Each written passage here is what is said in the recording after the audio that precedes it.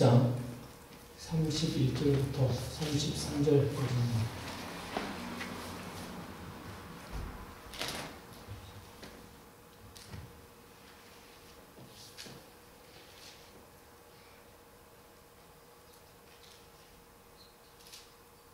다 찾으셨나요? 그러면 여러분이 31절과 33절을 읽으시고 제가 32절을 읽도록 하겠습니다. 시작. 뭐든지 하시든지 무슨 일을 하든지 모든 것을 하나님의 영광을 위하여 하십시오. 여러분은 유대 사람에게도 그리스 사람에게도 하나님의 교회에도 걸림돌이 되지 마십시오. 나도 모든 사람의 마음에 들게 할 거였습니다. 그것은 내가 내 이름을 구하지 않고 많은 사람의 이름을 추구하여 그들의 이름을 받게 하는 것이었습니다. 아멘.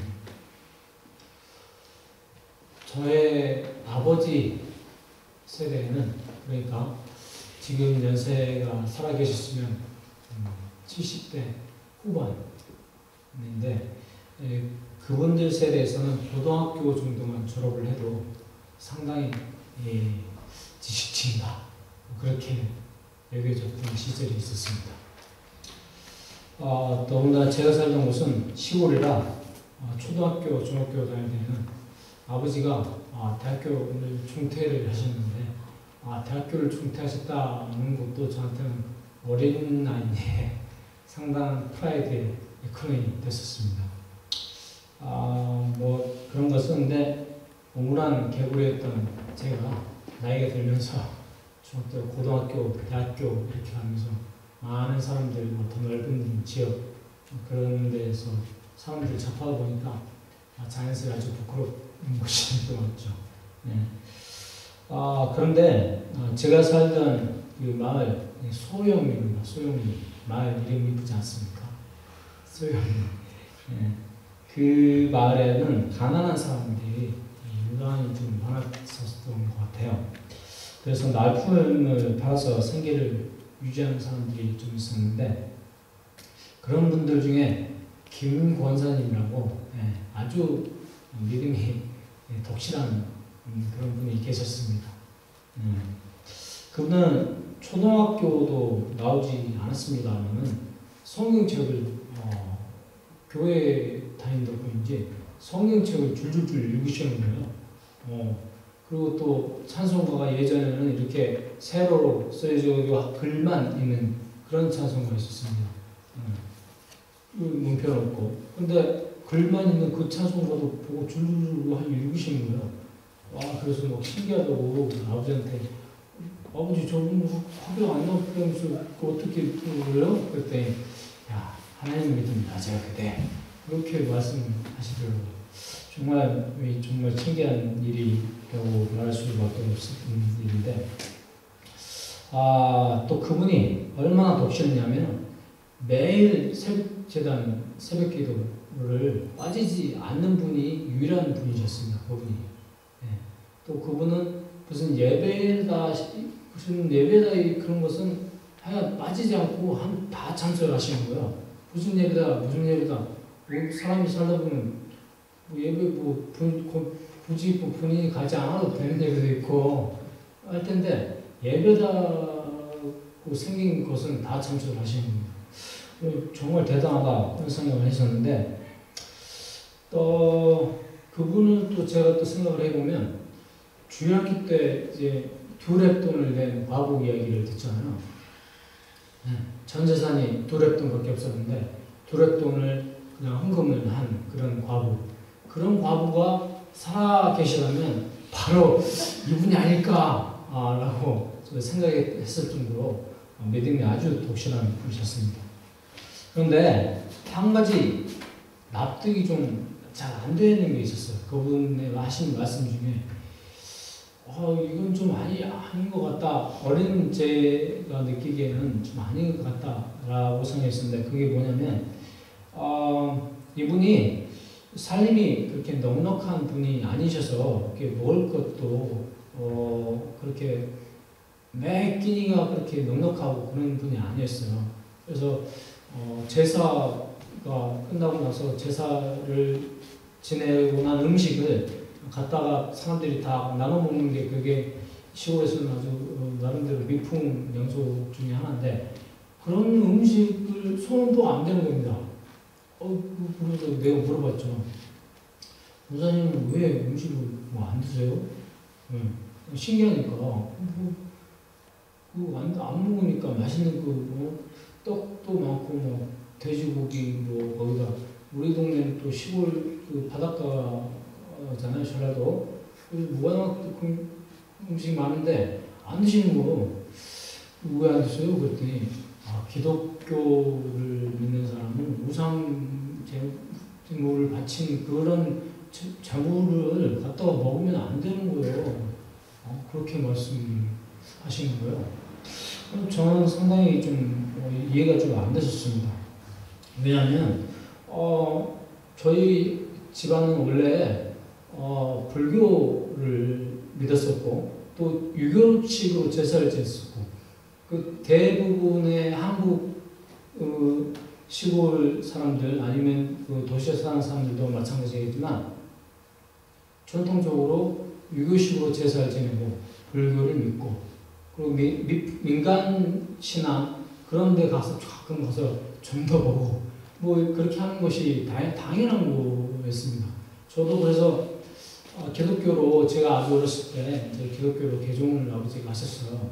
그래가지고 기독교적인 전통을 따르고 있기는 하지만 제사를 지내고 제사 음식을 그렇게 나눠 먹고 또 미풍양속이니까 다 동네 사람들고 당연한 그런 것인데 왜 이분은 그렇지? 라고 생각을 했습니다. 계속 그런 질문을 했었고 그런 질문이 해결이 안 됐었는데 오늘 성경 말씀에 고린도전서 10장에 27절과 28절에 불신자들 가운데서 누가 여러분을 초대하여 거기에 가고 싶으면 여러분 앞에 차려놓은 것은 무엇이나 양심을 위한다고 하여 묻지 말고 그냥 드십시오. 그러나 어떤 사람이 이것은 제사에 올린 음식입니다 하고 여러분에게 말해주거든 그렇게 알려준 사람과 그 양심을 위해서 먹지 마십시오. 라는 구절이 저한테 해답을 줬었어요.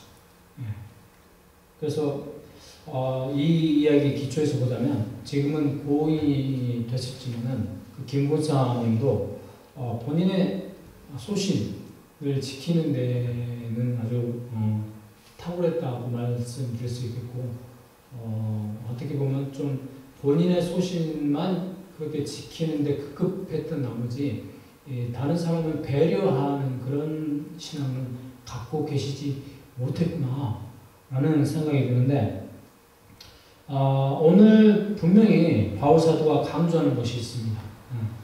오늘 강조하는 것이 바로 31절부터 33절까지 말씀이죠.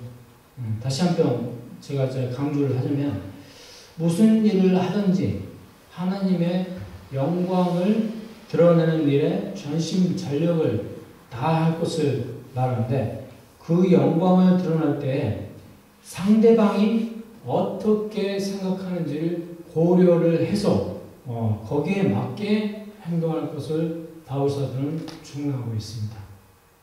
그러니까 중요한 것이 사람들이 구원을 얻도록 하나님께로 인도하는 일이 바울사도가 제일 귀중하게 생각하는 일이에요. 사람들이 구원을 얻게 하기 위해서 하나님을 조금이라도 이렇게 전도할 그런 거 전파할 그런 기회가 생긴다면 그런 기회를 놓치지 말고 그런 걸 활용을 해라 라는 얘기죠. 네. 그렇기 때문에 또 그 일이야말로 하나님께서 가장 영광을 얻으시는 그런 일이라는 겁니다.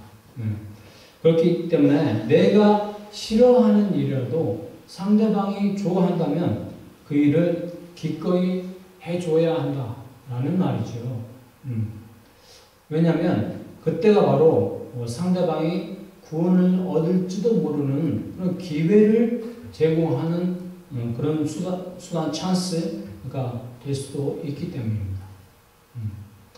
지난주에 주연이 빅브라더 하는 형제가 우리가 소풍 갔었던 컨페더레이션 파크 그쪽에 왔었습니다. 나는 좀 말이 좀 버벅대요. 그리고 말도 잘 안 되고 그래서 좀 가까이 가기도 좀 뭐하고 그래서 그냥 왔다고 인사하고 그러길래 하이 그러고 그냥 말았습니다만 또 이제 처음 보는 사람이 제가 원래 그렇지 않았어요. 원래는 말도 그냥 그렇게 하고 여러 사람도 그냥 같이 막 올리고 그랬었는데 말을 못하게 된 후로 제가 그랬잖아요. 말을 못하게 된 후로 이제 말이 조금 좋아져서 우리나라 말은 이제 좀 어느 정도 지금 할 수 있는 상태까지 왔는데 아직 영어는 읽고 쓰는 건 대충 뭐 어떻게 그렇게 할 수 있다고 쳐도 말하는 건 진짜 안 되더라고요.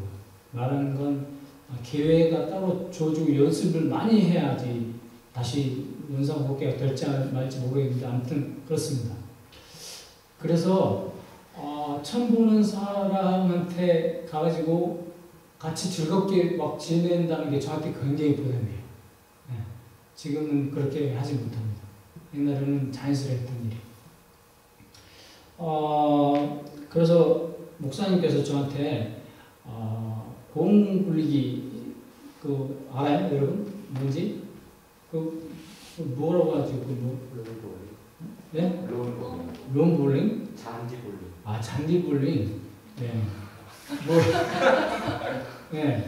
그런 거 공 굴리고 같이 놀아가 말씀하시는데 지금 그거 가기 좀 뭐하고요. 그래가지고 계속 쭈뼛쭈뼛거리고 뭐 그랬었는데 그렇게 가기 싫으면 안 가도 된다고 목사님께서 말씀하시면 그래서 저는 감사히 그냥 뭐 안 가고 있었는데 좀 있다 보니까 목사님께서 거의 친히 같이 가지고 사람하고 막 공 굴리고 놀고 공 던지고 받고 막 전 또 손가락이 다쳐가지고 공 던지고 받고 그런 것도 잘 못했었는데 그렇게 하고 계신 거예요.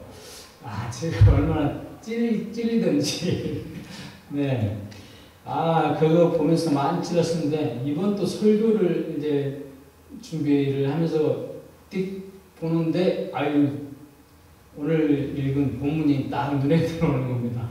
그래가지고 이제, 이게 뭔가 나한테도 좀 사인이 오는 그런 게 아닌가 싶기도 하고 해서 본문으로 잡았는데, 한번 정리를 다시 해보자면, 네가 하고 싶지 않은 일이라도 남이 하려고 하는 일이고 그 일이 하나님의 뜻에 어긋나는 일이 아니라면 하나님의 뜻에 어긋나는 일이 아니라면 해라. 혹시 아냐? 그것에 그 사람이 감동을 딱 받게 돼가지고 하나님을 믿게 될지 어떻게 하냐 네가. 그러니까 네가 하기 싫어도 상대방이 원하는 일이고 그 원하는 일이 하나님의 뜻에 저촉되는 일이 아니라면 네가 하기 싫어도 해라. 그게 바로 하나님의 뜻이다 라는 거죠. 노노의 말씀 중에 어렸을 때 아주 좋아했어요. 기소부력이어든 무시어인하라 라는 말인데 이게 지금 막 그때 진짜 이거 진짜 멋있다 이거 꼭 외우고 다녀야지 막 그랬었어요. 지금까지도 외우고 있는 거 제가. 근데 뭔 소리냐면 네가 하기 싫으면 남한테 시키지 말고 그런 얘기예요. 네가 하기 싫으면 왜 남한테 시켜? 네가 하기 싫은 일은 남도 하기 싫단 말이지. 그러니까 그런 일을 그냥 혼자 알아서 해 라는 그런 말이에요. 그런데 성경은 그것보다 한 단계 더 나갑니다. 이상하게 성경은 꼭 그런 것 같아요. 이거 말고 또 다른 구절도 하나 있는데,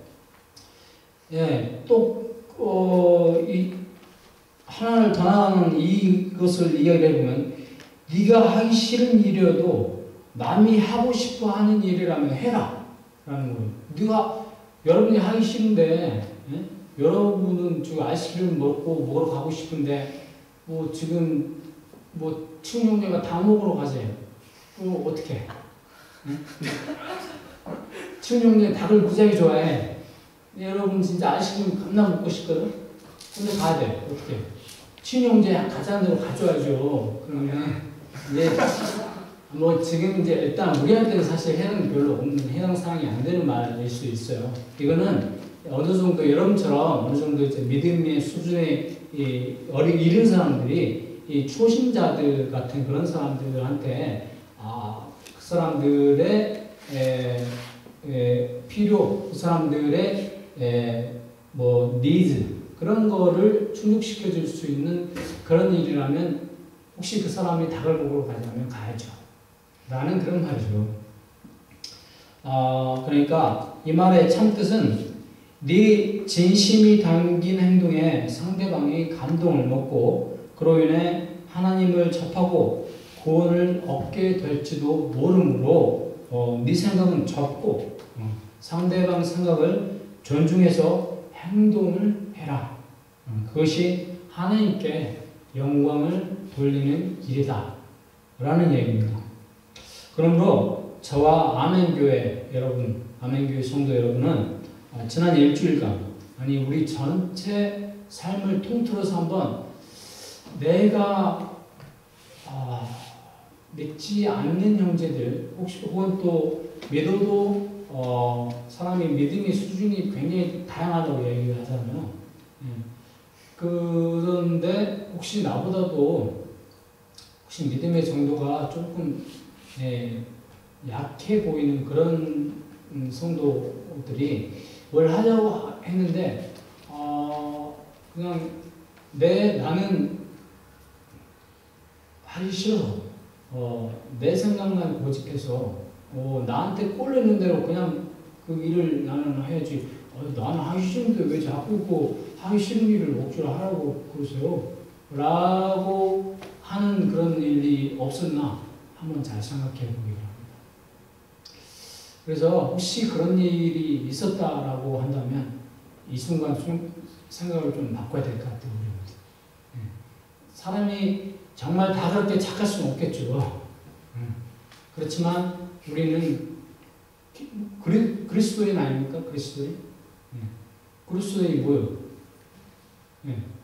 그리스도가 우리 마음에 주인으로 계시는 그런 사람들이 그리스도인 아니에요?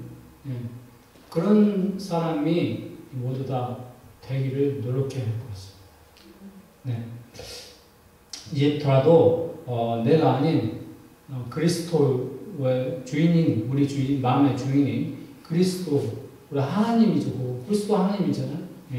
하나님의 시선으로 세상을 바라보고 하나님의 그런 마음으로 세상을 같이 느끼고 다음에 하나님의 그런 손과 발로 쫙 이렇게 행동을 하는 예스맨, 일종의 예스맨이죠. 예스맨. 하나님이 하라고 하면 해야죠. 예스맨. 예스맨이 돼서 우리 모두 하나님께 영광을 돌리는 아멘교회 성도 여러분 되시기 바랍니다. 기도하시겠습니다. 하나님 아버지 감사합니다.